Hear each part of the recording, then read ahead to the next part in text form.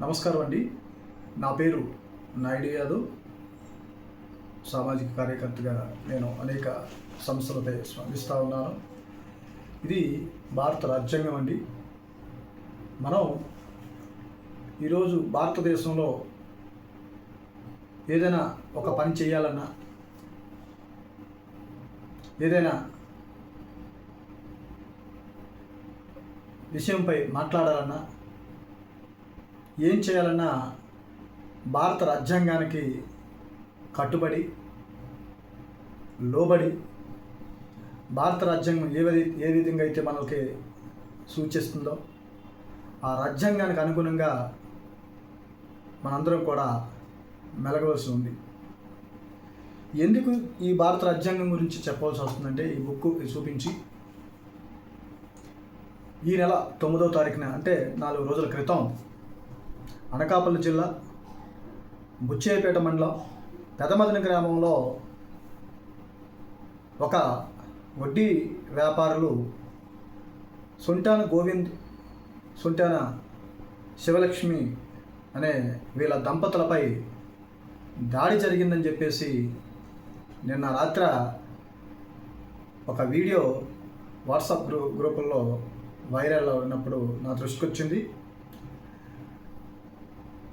దీన్ని చూశాక నాకు బాధ అనిపించింది. అంటే ఏ స్థాయిలో ఇంకా ఇది విలేజ్ల్లో కావచ్చు, లేకపోతే ఇంకా చాలా ప్రాంతాల్లో ఏం జరుగుతుంది, ఇంకా బ్రిటిష్ పాలనలో ఉన్నట్టు, అప్పుడు గవర్నమెంట్లో ఉన్నట్టు ఏదైతే ఉందో ఆ విధంగా ఇంకా జరుగుతూ ఉన్నాయని అనిపించింది నాకు. ఇప్పుడు మనం ఎక్కడున్నాం?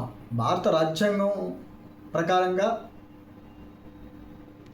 మనం మెలగవలసింది పోయి, మనకి రాజకీయ అండదండలు ఉన్నాయని లేదా ధనబలం ఉందని సామాన్యులపై దాడులు చేయడం అనేది సరైనది కాదని ఖండిస్తూ, ఇదే విధంగా గ్రామాల్లో ఉన్నటువంటి విద్యార్థులు, యువకులు, యువతి కూడా ఇటువంటి సంఘటనలు జరిగినప్పుడు ప్రశ్నించాలి. ఈరోజు గోవింద్ మీద జరిగినటువంటి దాడి అది ఏదో ఒక వ్యక్తి మీద జరిగినటువంటి దాడి కాదు, భారత రాజ్యాంగంపై జరిగిందిగా భావించాలి. ఎందుకంటే ఈరోజు గోవింద్ మీద దాడి జరిగినప్పుడు మనం మౌనం పాటిస్తే రేపన్న రోజున మనపైన కూడా జరిగేటటువంటి పరిస్థితులు వస్తాయి. కనుక ఇటువంటి సంఘటనలు జరిగినప్పుడు అందరూ కూడా ప్రశ్నించాలి. అలాగే ఇటువంటి జరిగినప్పుడు ఎవరైతే బాధితులు ఉన్నారో వారికి మనం సహాయ సహకారాలు అందించవలసిన అవసరం ఎంతైనా ఉంది. ఎందుకంటే ఇది వాళ్ళిద్దరి మధ్య జరిగినటువంటి ఏదైతే ఫైనాన్షియల్ ట్రాన్సాక్షన్ ఉందో వాళ్ళిద్దరికీ తెలుసు. ఒకవేళ ఫైనాన్సర్కి అది ఇబ్బంది కలిగినప్పుడు పోలీస్ స్టేషన్లు ఉన్నాయి, అదేవిధంగా కోర్టులు ఉన్నాయి.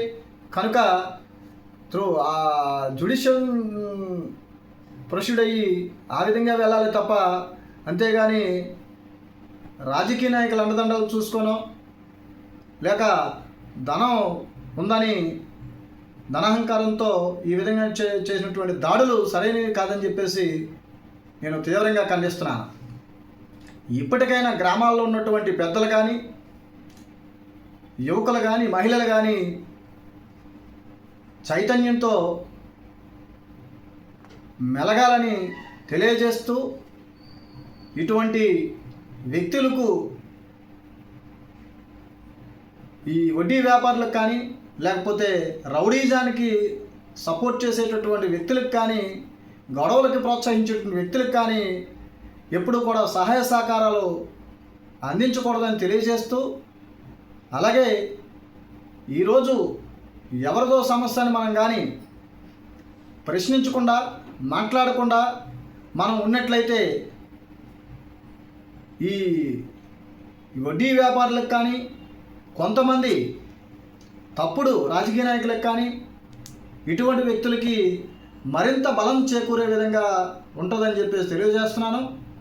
అలాగే మరి ఎవరైతే ఈ సొంటాను గోవింద్ ఉన్నారో ఇది సొంటాను గోవింద సమస్య కాకుండా ఇది ఒక గ్రామ సమస్యగా భావించి గ్రామంలో ఉన్నటువంటి పెద్దలు, విద్యార్థులు, యువకులందరూ కూడా సహాయ సహకారాలు అందించి మరి దీనిపై ఖండించాలని నేను తెలియజేస్తున్నాను.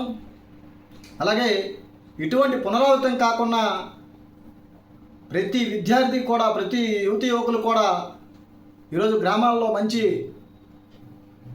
చైతన్యంతో ఉన్నారు. యువకులు ఎప్పుడైతే ప్రశ్నిస్తారో ఆ గ్రామాలు కానీ, మండలాలు కానీ, జిల్లాలు కానీ, ఆ దేశం కానీ అభివృద్ధి చెందుతుంది. కనుక ఎప్పుడైనా సమస్య దృష్టికి వచ్చినప్పుడు వెంటనే దాన్ని ప్రశ్నించి అధికారుల దృష్టికి, ఉన్నత స్థాయి అధికారుల దృష్టికి తీసుకెళ్ళి ఆ సమస్య పరిష్కరించే దిశగా ఉండాలని తెలియజేస్తున్నాను. ప్రతి యువకులు కూడా చట్టాల మీద అవగాహన పెంచుకోవాలి, వ్యవస్థల మీద అవగాహన పెంచుకోవాలి. మూర్ఖులు ఎవరైనా సరే గొడవలకు ప్రోత్సహించినప్పుడు వాళ్ళని చట్టం ద్వారా వాళ్ళకు బుద్ధి చెప్పి సన్మార్గంలో నడిచేటట్టు చేయాలని కోరుకుంటున్నాను. ఇట్లు నాయుడు యాదవ్, సామాజిక కార్యకర్త.